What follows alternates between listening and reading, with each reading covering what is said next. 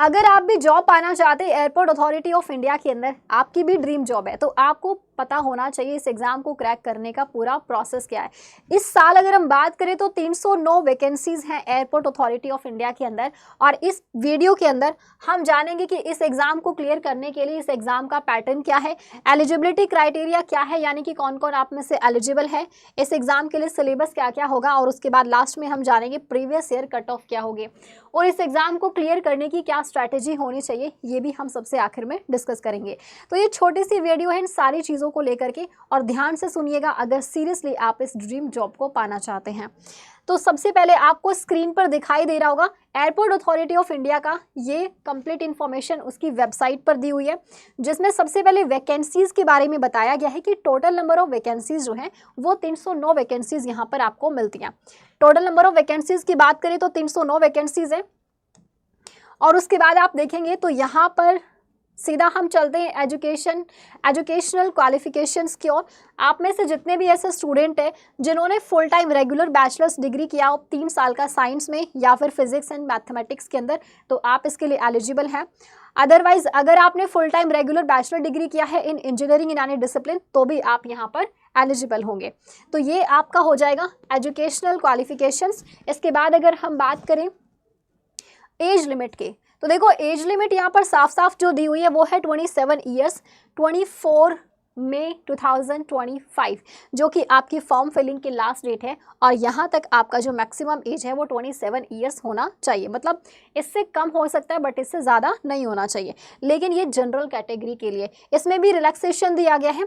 अगर कोई student SC या ST से है तो 5 साल का रिलैक्सेशन दिया है, अगर कोई स्टूडेंट OBC कैटेगरी से है तो उसे 3 साल का रिलैक्सेशन यहाँ पर दिया गया है। ठीक है, और यहाँ पर आप देख सकते हैं 5 साल का और 10 साल का रिलैक्सेशन, मतलब ये कैटेगरी वाइज दिया गया। इंपॉर्टेंट डेट्स, आपकी जो फॉर्म फिलिंग की डेट है वो स्टार्ट हो चुकी है, आपकी 25 अप्रैल से स्टार्ट हो चुकी है, और जो लास्ट डेट है इसकी वो 24 मई है, यानी कि स्टार्ट होने वाली है 25 अप्रैल से, और ये 24 मई आपकी लास्ट डेट रहेगी। और यहाँ पर अगर हम सैलरी की बात करें, जो कि मोस्ट इंपॉर्टेंट है, सबसे बड़ा मोटिवेशन, सैलरी जो आपको यहाँ पर मिलने वाली है जूनियर एग्जीक्यूटिव के लिए, तो यहाँ पर जो दिया हुआ है 40,000 माइनस 3%। ओके, एंड यहाँ पर आपको देखो CTC भी मिलने वाला है, जो कि CTC जो कि मिलता है, और ये 13 लाख पर एनम होगा। ये 1 साल का CTC होगा, जो कि काफ़ी हेल्पफुल होगा आप सभी के लिए। और एक और इम्पॉर्टेंट चीज़ थी इसके अंदर, जो कि ये लाइन इसमें दी गई है, age and all other eligibility criteria shall be reckoned as on 24 May 2025 cut off date. इसमें जो भी क्राइटेरिया दिया गया है, ठीक है, एज क्राइटेरिया, तो जो आप फॉर्म फिल करेंगे उसके हिसाब से आप सारी एलिजिबिलिटी क्राइटेरिया को देख लीजिएगा। आपकी जो एज है वो जिस दिन आप फॉर्म फिल करेंगे उसके हिसाब से आपकी एज जो है वो इस क्राइटेरिया को फुलफिल करे, जो भी इसके अंदर दिया गया है। ठीक है, अब हम सीधा आते हैं कि इस एग्ज़ाम को क्लियर करने का जो चीज़ें हैं वो क्या है। सबसे पहले हम एग्ज़ाम पैटर्न की बात कर लेते हैं। तो जैसा कि मैंने आपको बताया कि 309 तो इसमें वैकेंसीज है, and total number of questions आपको 120 यहाँ पर देखने को मिलेंगे, and total number of marks जो हैं वो 120 है। नेगेटिव मार्किंग इसमें आपकी नहीं होने वाली है, 0 नेगेटिव मार्किंग है। एंड सिलेक्शन का जो प्रोसेस होगा वो कंप्यूटर बेस्ड टेस्ट इसमें देखने को मिलेगा आपको। एंड सबसे पहले बात करेंगे अब एग्जाम पैटर्न के बारे में। तो यहाँ पे देखो पार्ट ए रहेगा, एंड पार्ट ए के अंदर आपका जो रीजनिंग वाला पार्ट है 15 क्वेश्चन 15 मार्क्स से होंगे। उसके बाद GK and general awareness 10 marks का 10 क्वेश्चंस होंगे। इंग्लिश की बात करें 20 क्वेश्चंस 20 मार्क्स, एंड यहाँ पे general aptitude and numerical aptitude 15 questions 15 marks. Part B में मैथ्स एंड फिजिक्स देखने को मिलेगी, जो कि 30 मार्क्स का वेटेज है, यानी कि 120 क्वेश्चंस हैं एंड 120 मिनट्स हैं, एंड 0 नेगेटिव मार्किंग के साथ में। आपको ये मतलब आपके लिए प्लस पॉइंट है यहाँ पे। सो एक बार से देख लेते हैं कि हर एक सब्जेक्ट का जो सिलेबस है वो क्या है। जैसे कि अगर हम इंग्लिश की बात करें, सबसे पहले तो ये सारे जो टॉपिक्स हैं वो आपको इंग्लिश के अंदर देखने को मिलते हैं, जैसे कि error detection, fill in the blanks, cloze test, para jumbling, और ये सारे टॉपिक्स। आप चाहें तो इसका स्क्रीनशॉट भी ले सकते हैं। इसके बाद जनरल एप्टीट्यूड में ये सारे टॉपिक्स जनरली यही सारे टॉपिक्स हैं जो कि हर एक एग्जाम के अंदर पूछे जाते हैं। वही number system, average, percentage, profit and loss, time and work, वही सारे टॉपिक्स हैं जो कि आप ऑलरेडी कर चुके हो। ज़्यादातर इसमें देखा जाए तो 10th और 12th के ऊपर बेस्ड जो पूरा का पूरा सिलेबस है उसी से आपका कवर हो जाएगा। कुछ कुछ टॉपिक जो आप NCERT से कर सकते हो, जो आपके ज़्यादा वीक हैं, तो वहाँ से भी आप बहुत अच्छे से क्लियर कर सकते हो। जनरल इंटेलिजेंस की बात करें तो वही सारे टॉपिक्स हैं जो कि आपकी रीजनिंग के अंदर देखने को मिलते हैं। एंड जीके में वही history, geography, polity, economics, current affairs, arts and culture, sports, वही सारे टॉपिक्स आपको जीके के अंदर देखने को मिलते हैं। जनरली नॉन टेक का जो सिलेबस होता है वो काफ़ी सिमिलर होता है हर एक इंजीनियरिंग एग्जाम्स के अंदर। अगर कोई डिफरेंस देखने को मिलता है तो वो होता है आपका नंबर ऑफ क्वेश्चंस का और लेवल ऑफ एग्जाम। जो लेवल होता है वो थोड़ा सा डिफरेंशिएट करता है। नंबर ऑफ क्वेश्चंस भी थोड़े से अलग देखने को मिलते हैं, किसी में 2, किसी में 5। अगर हम ATC की बात करें तो यहाँ पर देखो मैथमेटिक्स में कौन कौन से हैं, ये सारे टॉपिक्स जो हैं वो आपको मैथमेटिक्स में देखने को मिलेंगे। एंड फिजिक्स में ये सारे टॉपिक्स हो जाएंगे। अब इन सभी चीज़ों को करने के लिए सबसे पहले आपको क्या करना होगा कि मैम शुरुआत कहाँ से करें, तो शुरुआत करने के लिए सबसे पहले आप लगाइए प्रीवियस ईयर क्वेश्चंस। अगर आप प्रीवियस ईयर क्वेश्चंस लगाते हैं तो आपको ये पता चलेगा कि क्वेश्चंस कैसे पूछे गए थे, इससे पहले जो क्वेश्चंस आए थे वो किस लेवल के क्वेश्चंस आए थे, किस तरीके से।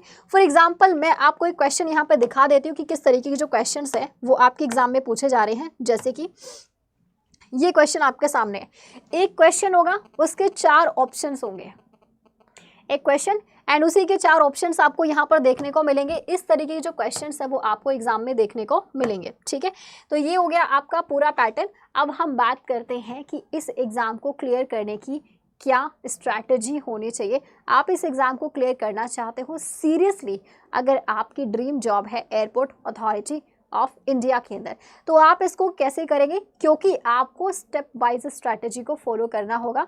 यानी कि जहाँ पर आपको कंप्लीट सिलेबस मिले, साथ में आपको प्रैक्टिस पेपर्स मिले, आपको मॉक टेस्ट भी मिले और आपको गाइडेंस के लिए पूरी टीम मिले। This is the most important part कि जब आप एग्ज़ाम की प्रिपरेशन कर रहे हैं और आपके पास में गाइडेंस के लिए कोई टीम नहीं है, आप अकेले प्रिपरेशन कर रहे हैं, तो बहुत सारी सिचुएशंस ऐसी आती है कि शायद आप लड़खड़ा जाएं।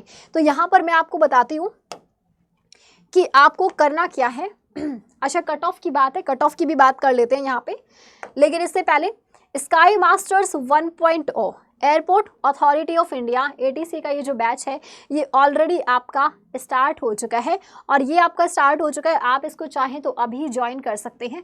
आपकी जो भी क्लासेस हैं इसमें वो आपको लाइव मिलेंगी और अगर कोई क्लासेस आपकी छूट गई हैं तो वो क्लासेस आप रिकॉर्डिंग फॉर्म में देख सकते हैं। यानी कि जो बच्चे इस वीडियो को बाद में देखेंगे, जब ये क्लासेस स्टार्ट हो चुकी होंगी कुछ दिन बाद, तो आप बची हुई जो क्लासेस है, छूटी हुई क्लासेस हैं, आप उनको रिकॉर्डिंग फॉर्म में देख सकते हैं और उसके बाद इनको लाइव देख सकते हैं। ठीक है, तो स्काई मास्टर्स बैच का नाम है, ये एयरपोर्ट अथॉरिटी ऑफ इंडिया के लिए स्पेशली, इसमें पूरी टीम आपको यहाँ पे मिलती है।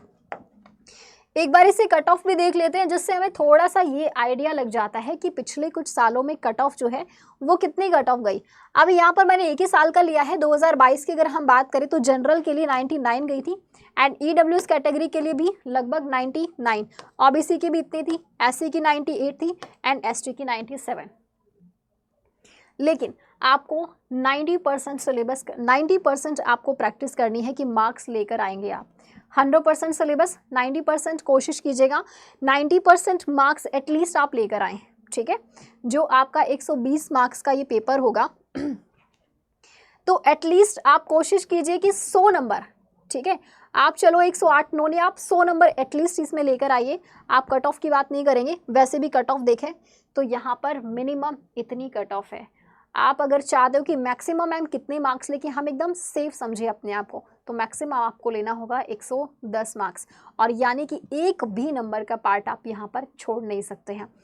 आपको नॉन टेक के सारे सब्जेक्ट्स को बहुत अच्छे से क्लियर करना होगा और हमारी पूरी टीम आपको बेहतरीन तरीके से यहाँ पे गाइड भी करेगी, पूरा सिलेबस भी कराएगी। So wish you good luck guys. अगर आपको कोई भी डाउट है तो नीचे दिए गए नंबर पे कॉल कर सकते हैं कि आपको इस बैच को ज्वाइन कैसे करना, बिकॉज बहुत सारे स्टूडेंट्स हैं जो इस बैच को हो सकता है ज्वाइन करना चाहें, क्योंकि ऑलरेडी हमारे पास काफ़ी एडमिशन्स आ चुके हैं। लेकिन अगर कोई स्टूडेंट बचा हुआ है जिसने अभी तक नहीं ज्वाइन किया तो नीचे दिए गए नंबर पर कॉल कर सकते हैं और वहाँ पे पूछ सकते हैं कि इस बैच को कैसे ज्वाइन करना। Wish you good luck, have a good day, take care.